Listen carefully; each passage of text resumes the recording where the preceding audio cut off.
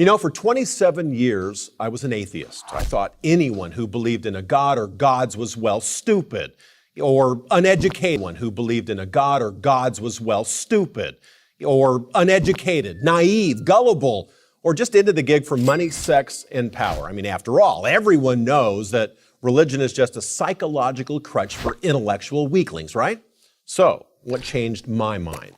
Well, look, I tell the whole story in my book, Shattered, but for our purposes here on Prager University, I was simply challenged by my Christian teammates on the Cincinnati Reds to read some religious books, critique them, and then share with the guys where the authors were wrong and why atheism is the only real and true outlook for anyone not deceived by fantasy, fiction, or mythology. I mean, for someone who wants to base their beliefs and values upon evidence and argument, not emotion and tradition. Now look, simply put, I set out to disprove theism, which I didn't think would take very long. But I ran into some difficulties along the way. Difficulties like Aristotle, Augustine, Aquinas. I mean, in simple terms, I was confronted with the awareness that there are really 4 big bangs that have to be accounted for, not just one. I had never really even considered that before. I mean, we're all familiar with the first big bang, right? It's usually the answer given to the question, why is there something rather than nothing? It's the idea that there was nothing, it popped, and boom, there's something.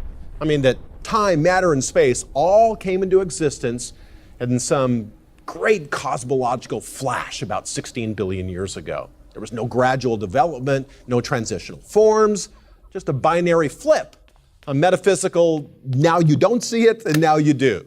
Fine, I want to follow the evidence wherever it leads.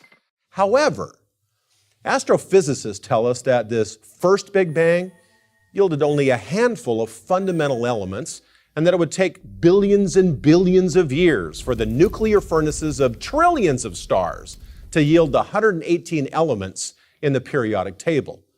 But the first theoretical cosmological Big Bang, well, it only yields matter and energy. It doesn't even begin to address the origin of life. So, how do you get life from non-life? How did abiogenesis occur? I mean, the notion that something can come from nothing. Where's the evidence? Well, you're going to need another something from nothing leap of faith, some kind of biological second Big Bang. For all the mind-blowing advancements we've made in physics, biology, and chemistry in just the past 100 years, we're still no closer to making it happen. We don't have a clue. The closer we look, the wider the chasm. I mean, sure, we've learned a lot about how to manipulate life forms, how to add and subtract DNA material, even map the human genome, but we have no idea how to literally create life from dead stuff.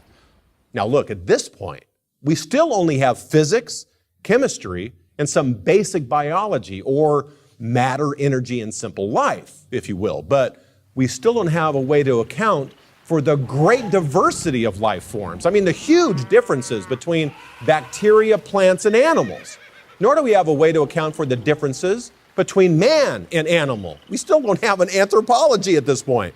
So we're going to need a kind of anthropological third Big Bang to account for all this, which of course is what Darwin was after in his Descent of Man thesis.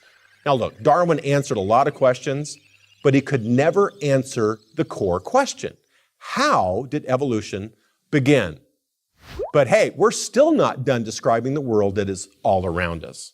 A final Big Bang is going to be required to explain how a mechanistic animal brain can become a self-reflective human mind.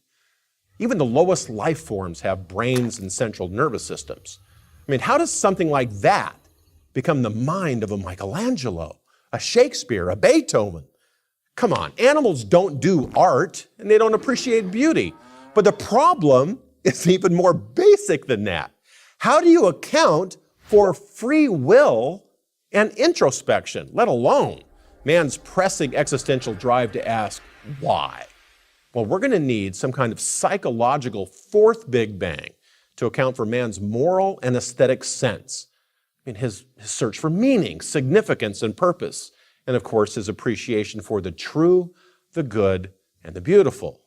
And again, you must understand these problems require bangs. I mean, sudden binary pops into existence. since there's no evidence for any gradual development in any of these. So I, like you, have a choice. It's either faith in these 4 big bangs of somethings from nothings to account for what we see all around us, or faith in some kind of creator God behind it all. So, next time someone asks you, hey, what about the Big Bang? Make sure you ask them, which one? The cosmological, biological, anthropological, or psychological? I'm Frank Pastore for Prager University.